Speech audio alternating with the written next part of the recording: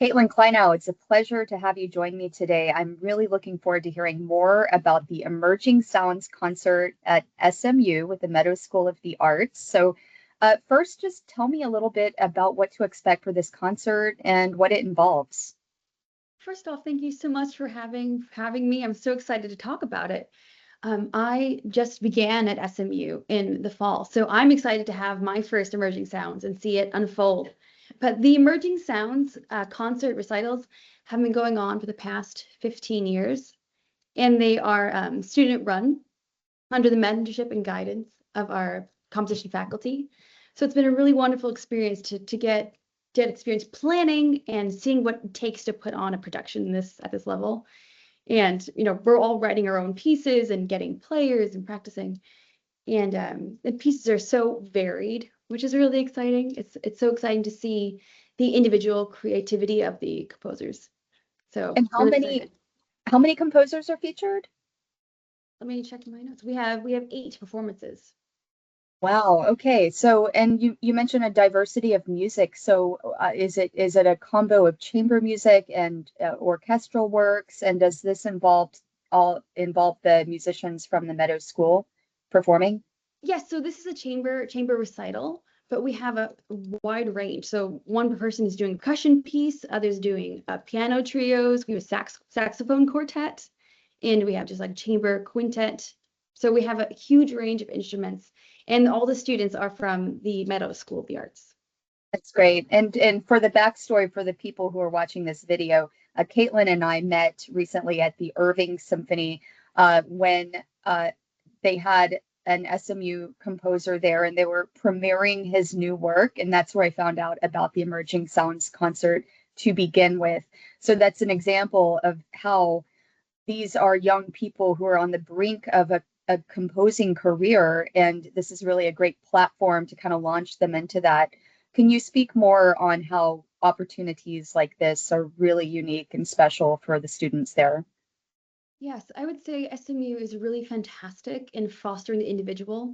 You're not going to find a composer who writes like another composer here. Everyone is just trying to become a better version of themselves, which is really fantastic. So, like I said, with the diversity of instruments and all that, and every person brings their own flavor. We have a student that comes from the Southwest, and so he has like a Spanish influence, and we have students that studied in Paris, and then they brought their influence there. And we have, like you said, the ISO symphony. So we have all those variety of people and what they're interested in and what they want to accomplish. And tell me a little bit about yourself and how you ended up in Dallas at SMU and your musical interests as well. Oh, thank you. Thank you for asking. So I studied in Paris for the summer of 2023. I did EMA, which is European American Music Alliance, and I met Dr. Harder, one of the composition faculty here. And so I applied to graduate school, and I was very interested in education. And so what's wonderful about SMU is that they have a program called Music Theory Pedagogy. So you study composition and music theory pedagogy, and I dual major in that way. And there's one of the only programs in the country that can do that. And I was just so excited to be involved in such a vibrant community in the heart of Dallas because I come from New York, so I'm a city girl. So I was like, okay, I can be in Dallas, I can be in the city. So it's really exciting. And there's just so much happening. And remind me, sorry if you mentioned this already, is this a concert that features undergrad or graduate Both students in the program? undergraduate, yeah, both undergraduate and graduate students. It's great. And are you a composer or is there a piece of yours on here as well? Yes, I am a composer, and my piece, Peace Be Still, that's what it's called, will be premiered, world premieres. This is the first time any of these pieces have been performed. So Well, that's really incredible. fantastic. Yeah. Yeah, that's really awesome. And talk a little bit about the faculty. You mentioned Dr. Harder, and there's a really great supportive faculty there at the Meadows School, and how are they able to kind of help facilitate this concert and this program for these young composers? Well, they have so much experience. We have Dr. Shi and we have Dr. Frank along with Dr. Harder, and they really just want to see us succeed. And they have Dr. Like I said, Dr. Harder I met in Paris. So like they have the world influence is fantastic. And they have so much guidance and wisdom, but they're at the same time encouraging and believe in the students and their capacity to achieve what we need to achieve. For people who are attending this concert, what do you hope that they walk away with afterwards, and what kind of experience do you hope they have, especially for people who have maybe never attended one of these before? What do you hope that they get from it? I hope they leave with a sense of joy, because there's so much joy in human creativity, and music composition itself is so collaborative and so human, because you cannot be a composer without involving other human beings, because you're so reliant. Like the performers are your instrument, and that's always really inspiring to me, just because you have to ask for help, because you have to rely on the expertise of others while applying your own. And that's so wonderful to me. There's a saying, like all music was once new, and Exactly. for works like, or events like this, sometimes and historically people are like, oh, new music, I don't know, like it's not Beethoven's Fifth, or it's like, yeah, but this is the music of now and the music going forward. And that's why premieres are so excited, because at some point every single other like famous classical piece was a new piece that people were experiencing for the very first time.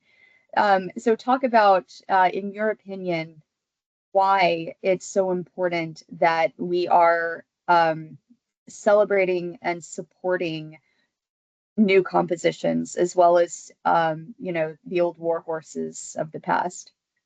Right. I mean, I would say that all composers learn from the past, but we are writing in the present. We're responding to what's going on around us. We want to express our creative voices, and that diversity is really beautiful. And like you said, everything old was once new. So where the precedent goes forward. And this is going to be at, is it Caruth Auditorium? Is that right? Correct. It is. Caruth Okay, Auditorium on November 15th at 7:30 p.m. great. Is there anything else that I haven't asked you that you'd like our listeners and our viewers to know about the concert that I've left out that I haven't asked? I think we've been very thorough, but I just would love to thank you. And I hope that people come with open minds and open hearts to what the gifted composers, the gifted student composers, if you will, at SMU have to offer. That's right. And yeah, that reminds me, because SMU is famous for, top tier, world class young people who are going on to become successful in a musical career in one way or another. And I think people, need to constantly be reminded of that we've got such a great music program right here in Dallas. And yeah, I hope that everyone will come out and find out for themselves. Yes, I do too. I mean, SMU is brings in so much talent from so many different places. Like I'm from New York. We have others that are from all around the country. And it's really fantastic because they really care about who they bring into this community, because it's a really special place. It's full and really talented, exciting people. So I'm grateful to be a part of it. Awesome. Well, we're really looking forward to it. It's been such a pleasure getting to talk to you a little bit more, and thanks for filling us in about this great concert. And, I just want to encourage everyone to come out and support local music and support new music and support young aspiring composers. Thank you.